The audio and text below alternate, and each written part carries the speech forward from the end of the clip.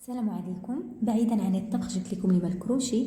جبت لكم واحد الشكل اللي كيتصاوب ساهل وتقدروا تصاوبوا به تريكو ولا تقاشر ولا حتى كاشكول وتسخنوا فيه في هذا البرد هذا. بالنسبه للطريقه هي سهله، نخليكم مع الفيديو لان الطريقه باينه وواضحه في الفيديو.